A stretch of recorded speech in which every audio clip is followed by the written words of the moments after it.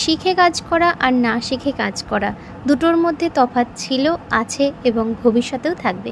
Hello everyone, আমি professional mehndi artist Abantika.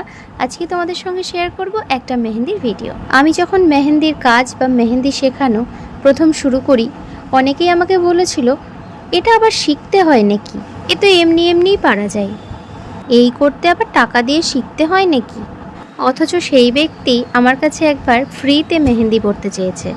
আমি যখন বললাম না গো, ওই দিনকে আমার সময় হবে না, সে বলছে তুই তোর কোনো স্টুডেন্ট পাঠিয়ে দে না। মেহেন্দিটা যদি এমনি এমনিই পারা যেত তাহলে তো সেই ব্যক্তিও তার পাশের বাড়ির মেয়েটার কাছ থেকেই পড়তে পারতো, যে কখনো মেহেন্দি করা শেখেনি।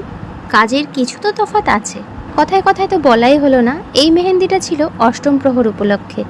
যার হাতে আমি মেহেন্দিটা পরাচ্ছিলাম তার বাড়িরই অনুষ্ঠান। কাজটা ছিল মাঝদিয়াতে, আর সাথে গেছিল আমার স্টুডেন্ট দিশানি। ঠাকুর যেখানে বসবেন সেই জায়গাটা হলো এটা, আর চারপাশের ডেকোরেশনটাও দেখিয়ে দিই। তখনও কমপ্লিট হয়েছিল না। কাজ শেষে যাবার পথে এই ডেকোরেশনটা দেখলাম, ভাবলাম একটু ভেতরে গিয়েই দেখি। ডেকোরেশন কমপ্লিট হতে তখনও অনেক কাজ বাকি, তাই ইনকমপ্লিট ডেকোরেশনই তোমাদের সঙ্গে শেয়ার করছি। আমার ভিডিও যারা যারা যেখান থেকে দেখছো, প্রত্যেককে রাধা মাধব ভালো রাখুন, সুস্থ রাখুন এই কামনা করি। রাধে রাধে।